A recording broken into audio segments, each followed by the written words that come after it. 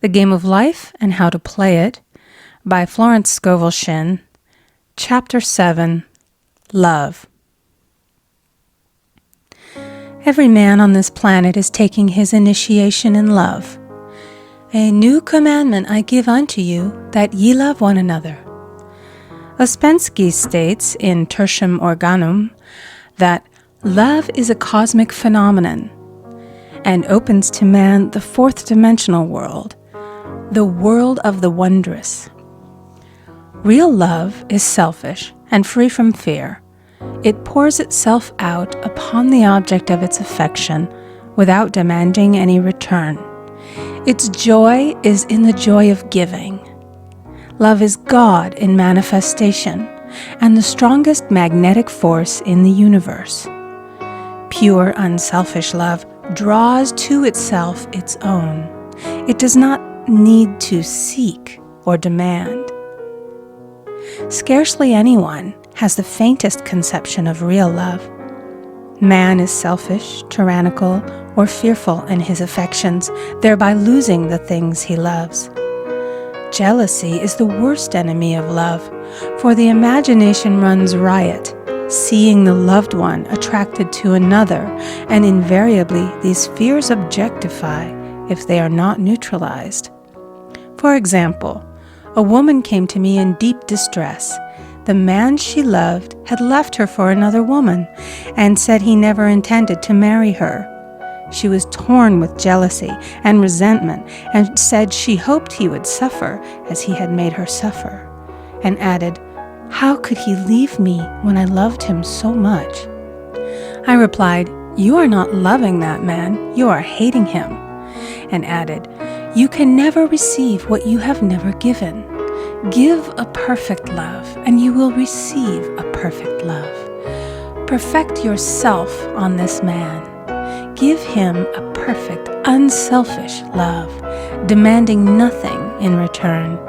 Do not criticize or condemn, and bless him wherever he is." She replied, "No, I won't bless him unless I know where he is."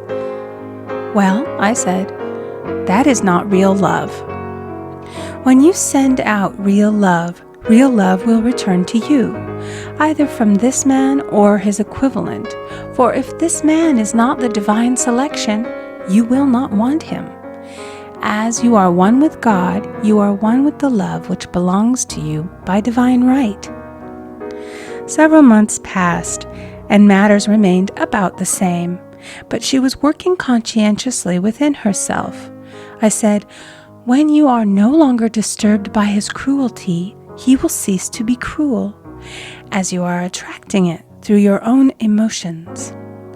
Then I told her of a brotherhood in India who never said good morning to each other. They used these words, "I salute the divinity in you." They saluted the divinity in every man and in the wild animals in the jungle, and they were never harmed, for they saw only God in every living thing. I said, "Salute the divinity in this man and say, I see your divine self only. I see you as God sees you, perfect, made in his image and likeness." She found she was becoming more poised and gradually losing her resentment. He was a captain, and she always called him the Cap. One day she said suddenly, "God bless the Cap wherever he is." I replied, "Now that is real love, and when you have become a complete circle and are no longer disturbed by the situation, you will have his love or attract its equivalent." I was moving at this time and did not have a telephone, so was out of touch with her for a few weeks, when one morning I received a letter saying, "We are married." At the earliest opportunity, I paid her a call. My first words were, "What happened?" "Oh," she exclaimed, "a miracle. One day I woke up and all suffering had ceased. I saw him that evening and he asked me to marry him. We were married in about a week, and I have never seen a more devoted man." There is an old saying, "No man is your enemy, no man is your friend. Every man is your teacher, So one should become impersonal and learn what each man has to teach him, and soon he would learn his lessons and be free. The woman's lover was teaching her selfish love, which every man sooner or later must learn. Suffering is not necessary for man's development. It is the result of violation of spiritual law, but few people seem able to rouse themselves from their soul sleep without it. When people are happy, they usually become selfish, and automatically the law of karma is set in action. Man often suffers loss through lack of appreciation. I knew a woman who had a very nice husband, but she said often, "I don't care anything about being married, but that is nothing against my husband. I'm simply not interested in married life." She had other interests and scarcely remembered she had a husband. She only thought of him when she saw him. One day her husband told her he was in love with another woman and left. She came to me in distress and resentment. I replied, "It is exactly what you spoke the word for. You said you didn't care anything about being married, so the subconscious worked to get you unmarried." She said, "Oh yes, I see. People get what they want and then feel very much hurt." She soon became in perfect harmony with the situation and knew they were both much happier apart. When a woman becomes indifferent or critical and ceases to be an inspiration to her husband, he misses the stimulus of their early relationship and is restless and unhappy. A man came to me dejected, miserable, and poor. His wife was interested in the science of numbers and had had him read. It seems the report was not very favorable, for he said, "My wife says I'll never amount to anything because I am a 2. I replied, "I don't care what your number is. You are a perfect idea in divine mind, and we will demand the success and prosperity which are already planned for you by that infinite intelligence." Within a few weeks, he had a very fine position, and a year or two later, he achieved a brilliant success as a writer. No man is a success in business unless he loves his work. The picture the artist paints for love of his art is his greatest work. The potboiler is always something to live down. No man can attract money if he despises it. Many people are kept in poverty by saying, "Money means nothing to me. I have a contempt for people who have it." This is the reason so many artists are poor. Their contempt for money separates them from it. I remember hearing one artist say of another, "He's no good as an artist, but he has money in the bank." This attitude of mind, of course, separates man from his supply. He must be in harmony with a thing in order to attract it. Money is God in manifestation, as freedom from want and limitation. But it must be always kept in circulation and put to right uses. Hoarding and saving react with grim vengeance. This does not mean that man should not have houses and lots, stocks and bonds, for the barns of the righteous man shall be full.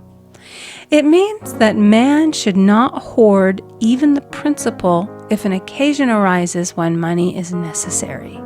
In letting it go out fearlessly and cheerfully, he opens the way for more to come in, for God is man's unfailing and unexhaustible supply. This is the spiritual attitude towards money, and the great bank of the universal never fails. We see an example of hoarding in the film production of Greed. The woman won $5,000 in a lottery, but would not spend it.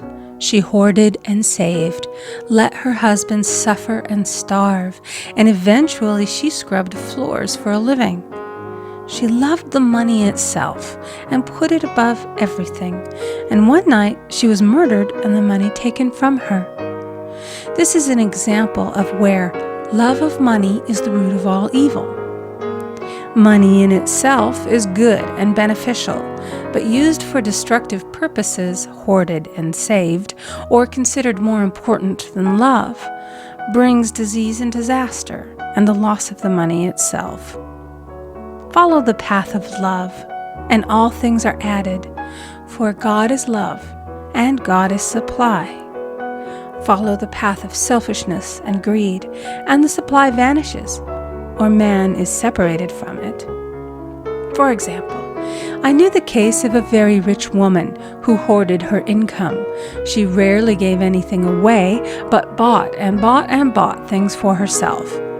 She was very fond of necklaces, and a friend once asked her how many she possessed. She replied, 67. She bought them and put them away, carefully wrapped in tissue paper. Had she used the necklaces, it would have been quite legitimate, but she was violating the law of use. Her closets were filled with clothes she never wore and jewels which never saw the light. The old woman's arms were gradually becoming paralyzed from holding on to things, and eventually she was considered incapable of looking after her affairs, and her wealth was handed over to others to manage. So man, in ignorance of the law, brings about his own destruction. All disease, all unhappiness come from the violation of the law of love. Man's boomerangs of hate, resentment, and criticism come back laden with sickness and sorrow. Love seems almost a lost art, but the man with the knowledge of spiritual law knows it must be regained, for without it he has become as sounding brass and tinkling cymbals. For example, I had a student who came to me month after month to clean her consciousness of resentment. After a while, she arrived at the point where she resented only one woman, but that one woman kept her busy.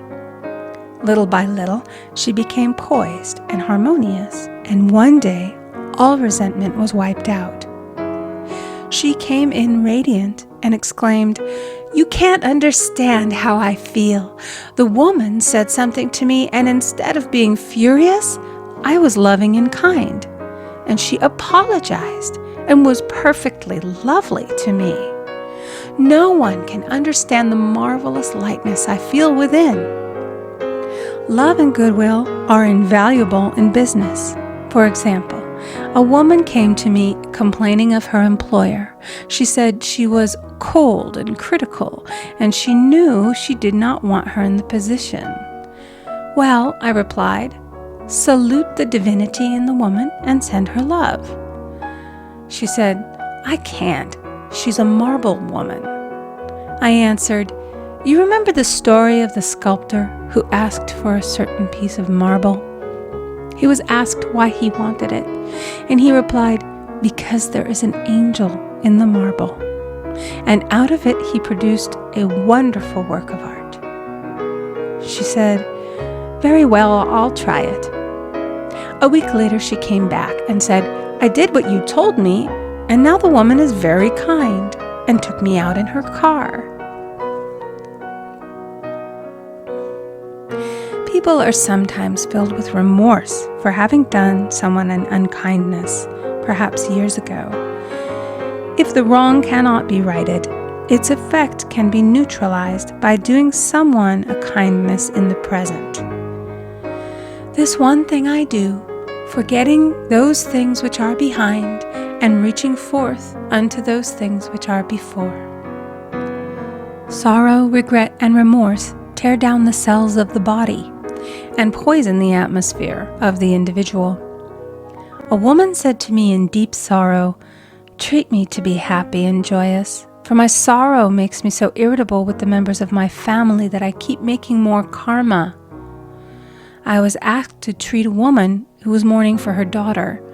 I denied all belief in loss and separation and affirmed that God was the woman's joy, love, and peace. The woman gained her poise at once, but sent word by her son not to treat any longer because she was so happy it wasn't respectable.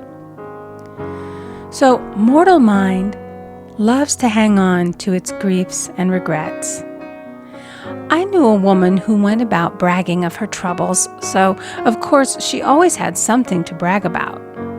The old idea was, if a woman did not worry about her children, she was not a good mother. Now we know that mother fear is responsible for many of the diseases and accidents which come into the lives of children. For fear pictures vividly the disease or situation feared, and these pictures objectify if not neutralized. Happy is the mother who can say sincerely that she puts her child in God's hands and therefore knows that he is divinely protected. For example, a woman awoke suddenly in the night, feeling her brother was in great danger. Instead of giving in to her fears, she commenced making statements of truth, saying, "Man is a perfect idea in divine mind and is always in his right place. Therefore, my brother is in his right place and is divinely protected." The next day, she found that her brother had been in close proximity to an explosion in a mine, but had miraculously escaped. So man is his brother's keeper in thought, and every man should know that the thing he loves dwells in the secret place of the Most High and abides under the shadow of the Almighty. There shall no evil befall thee, neither shall any plague come nigh thy dwelling. Perfect love casteth out fear. He that feareth is not made perfect in love, and love is the fulfilling of the law. End of chapter 7. Recording by Amy Conger.